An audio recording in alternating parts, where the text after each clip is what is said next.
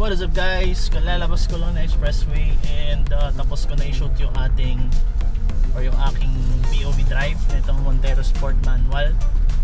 And today in this video, bibigyan ko lang kayo ng mabilisang insights sa Montero Manual GLX variant 2025 model.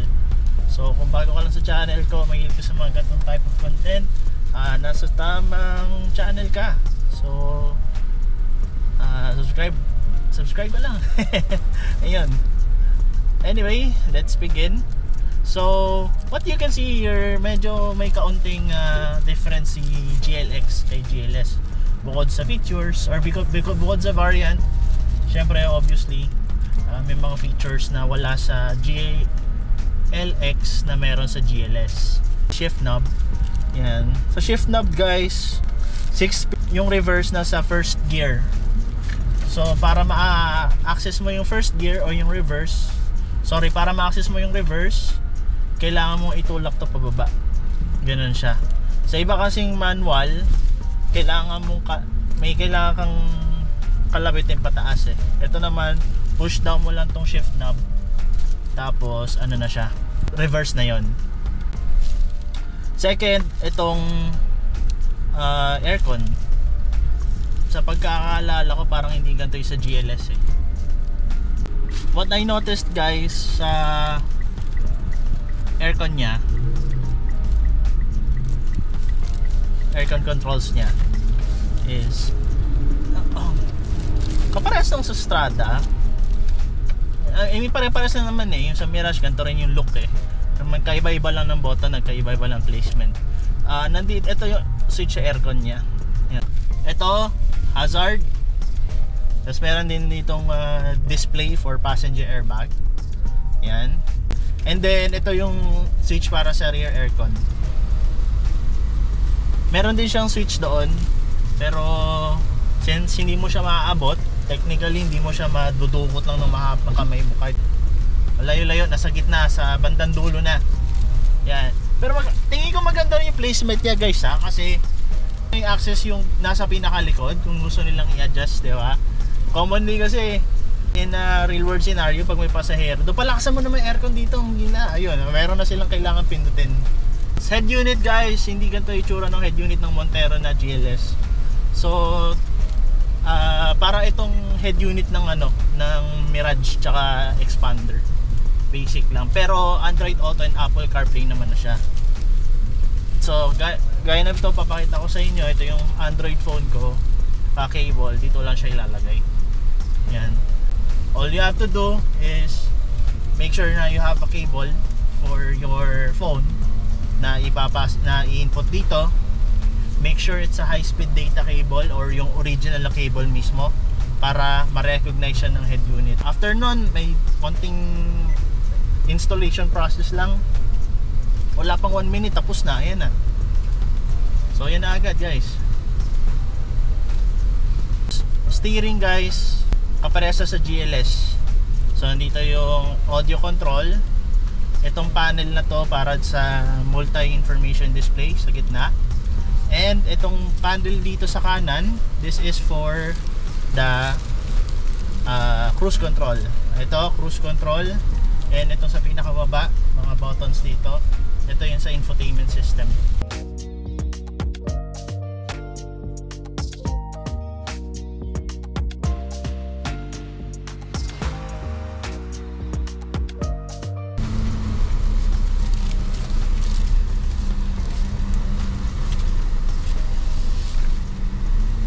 Nangamote ako dun Anyway, guys, so isa sa mga noticeable na difference dito sa gitna, may cover siya.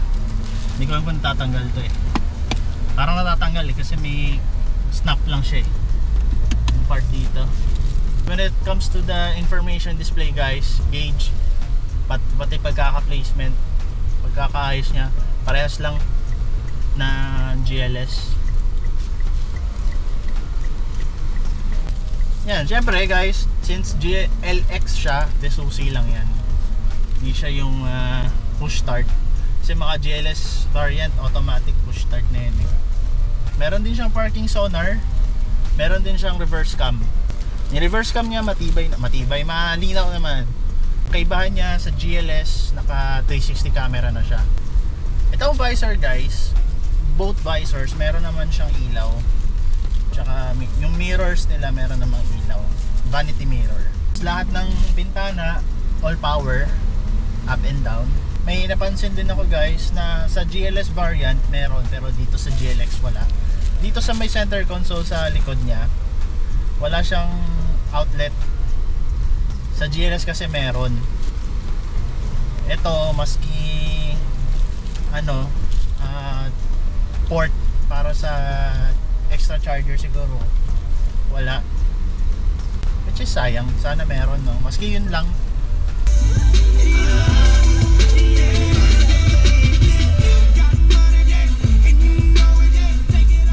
Okay din, kailangan mo lang iset yung yung equalizer niya kasi by default naka yan eh, naka flat yan eh.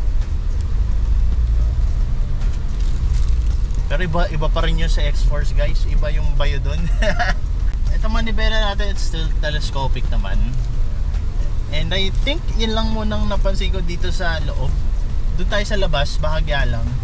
Sa labas naman guys, makikita nyo guys na pares lang ng color yung puti ng GLS at puti ng GLX. So wala naman difference.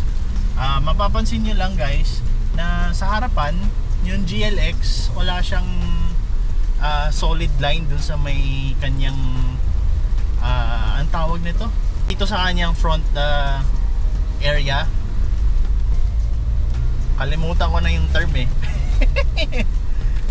Ayun, so yung sa may harapan niya wala siyang LED light. Yung kanyang side mirrors wala siyang camera, since wala nga siyang 360 camera. Flat lang siya, yung basic lang. Pero kagandahan nito, power folding din naman. Power side mirrors and power folding naman. So, goods. Wala siyang push button sa kanyang door handle. So, isa rin siya sa indication na GLX siya. Just for me, I think okay lang naman din kasi kung isipin mo, yes, nakakiles ka, pipindutin mo lang siya sa handle. Pero kailangan malapit ka din eh. Nagigets mo? Kailangan malapit ka din doon, pipindutin mo para ma-open. Sa susi naman, malayo pa lang, pwede mo nang pindutin para mag-open siya. Balikan ko lang guys yung side mirrors din pala nito guys, kapag nilalock mo, nagre-retract din siya. Tsaka pag in-unlock mo, mag-o-open siya. Ayun. So in a nutshell guys, ang pagkakaiba lang naman ng GLX Montero sa GLS Montero Sport is yung features niya. Yan. So may mga nabawas siya para syempre to make it affordable.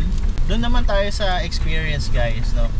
While driving the manual Montero is not challenging naman in a way, because if you know how to drive a manual car, it should be basic already. So may konting adjustment on your driving style because it's a different vehicle, lalo if it's your first time to drive a manual Montero, an SUV which is bigger than sedan kung sa sedan ka manggagaling, di ba?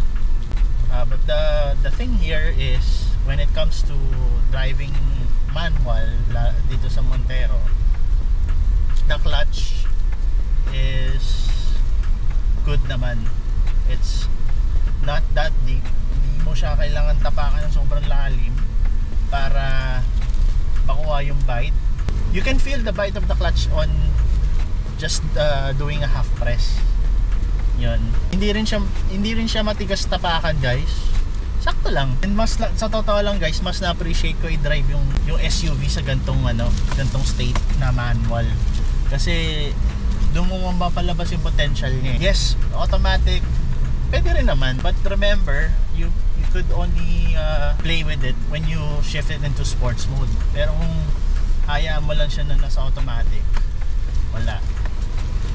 Hindi mo siya ma-appreciate in a way compared to manual. So unang-una kong ginagawa pag nagda-drive ng manual is hinahanap ko yung bite. Kung masasabi kung kaya ko siya i-drive wherein most of the time naman kayang-kaya naman drive kasi when I was just starting to learn how to drive, manual yung gamit ko, and I've been driving manual car, or I drove a lot of manual cars before, so the experience is quite big. Pag gantong state guys, nasa primera lang ako, di naman siya nanginginig, so hindi yung mape-pressure ka baka mamatay, wala. Pagdating naman sa brake, medyo mas mataas siya sa kalahati. Unting tapak mo lang, medyo kumakagat na siya, pero hindi naman siya sensitive enough na pag tinapakan mo bigla kang ipipreno, hindi naman ganun. Wala guys, yung pagdating sa clutch niya, sa takbuhan niya, kahit gantong traffic, hindi siya nagjo-jerk eh. Like sa ibang sasakyan, napapansin mo yung jerk eh, which is pino-force ka na niya magbago ng gear, mag-downshift. Ito, nakasabit na ako sa segunda, kayang-kaya. Puro dahil diesel siya, iba rin talaga ang power ng diesel. Hindi siya nakakapagod i-drive kahit sa gantong traffic guys. Kasi yung clutch niya, sakto lang, hindi naman siya matigas eh. Hindi siya yung yung mangangawit ka. Hindi gaya nung na-drive ko dating manual na Mirage tsaka Sonet. Ba yung feeling naman dun eh, dahil siguro gasoline din. Dagdag ko lang din guys, yung pagdating sa shift knob, yung feeling ko, meron akong nararamdamang vibration dito eh. Parang rolling objects sa dito, na pag a-atras ko yung kamay ko sa shift knob, ramdam na ramdam ko siya. And kitang kita mo rin medyo nagba-vibrate siya. Isa na rin to sa characteristic talaga ng manual na diesel, medyo maalog. Pero it doesn't mean may problema, it's just dito lang talaga.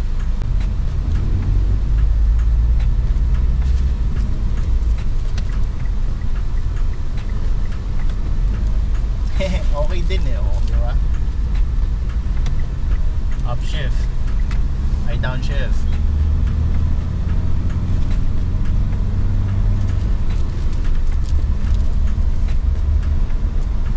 The best.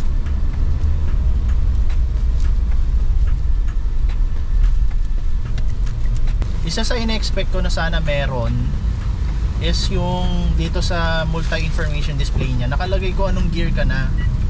Kasi at some point, kahit magmanual ka na, mapapaisip ka kung anong gear eh. Malalaman mo na lang siya kapag mali yung pinasok mo. Nari, naka 5th gear ka, gaya kanina na experience ko, 5th gear ako, lalagay ko sa 6th gear, nilipat ko na siya. Ang nangyari, sa 4th gear ko pala siya naipasok. If susundin mo lang naman yung linya, ibababa mo lang naman siya. Ang nangyari, napansin ko yung RPM pataas. Nung dahan-dahan ko binibitawan yung clutch, kaya agad-agad kong hinanap yung 6. It's not necessary, pero it could be an additional assistance sa driver na merong ganong indication kung anong gear mo na, di ba? Since manual to, sana meron din siyang indication na perfect shifting, alam mo yon, yung magbi-blink na yung arrow up. May arrow up na magbi-blink, na ibig sabihin you can now shift gear. Wala siya dito. That's number 2. Number 3, yung dito sa may center console sa likod, sana kahit wala siyang outlet gaya no sa GLS, meron naman sana siyang port, maski itong gantong 12 volt socket, para naman merong pwedeng pagsaksakan ng gadget kung ano man para sa second row. Kasi sa third row meron dong port eh. Dito sa second row wala.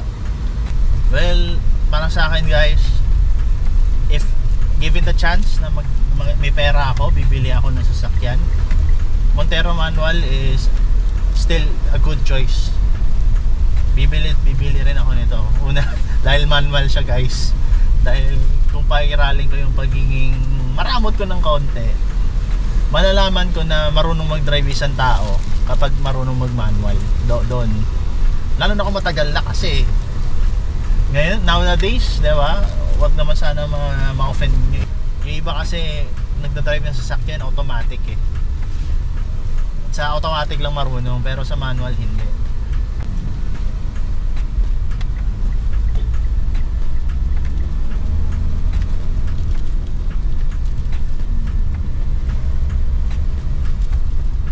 Alright guys, so dito ko natatapusin tong video na ito. Hopefully nakatulong tong video na to sa inyo. ma-discover nyo yung anong meron dito sa manual na Montero GLX variant 2025 model. Kung bago ka pa lang sa channel ko, don't forget to subscribe and hit the notification bell for more videos upcoming. Maraming salamat sa pagsubaybay. Drive safe, ride safe, God bless, and enjoy. Bye!